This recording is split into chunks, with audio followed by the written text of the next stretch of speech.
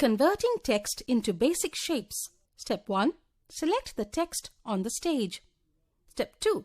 Select the Modify menu and choose the Break Apart option. The single text block will be broken into multiple blocks. Each character has its own separate text block. The text remains in the same position. Step 3. Select the Modify menu and select the Break Apart option one more time. The characters can now be converted into shapes. They cannot be considered as text anymore. The font can no longer be changed. Step 4. Click outside the converted text for deselecting the shapes. Step 5. These shapes can now be changed like any other shape. Move the pointer to edge of one of the characters and dragging it to reshape. Step 6.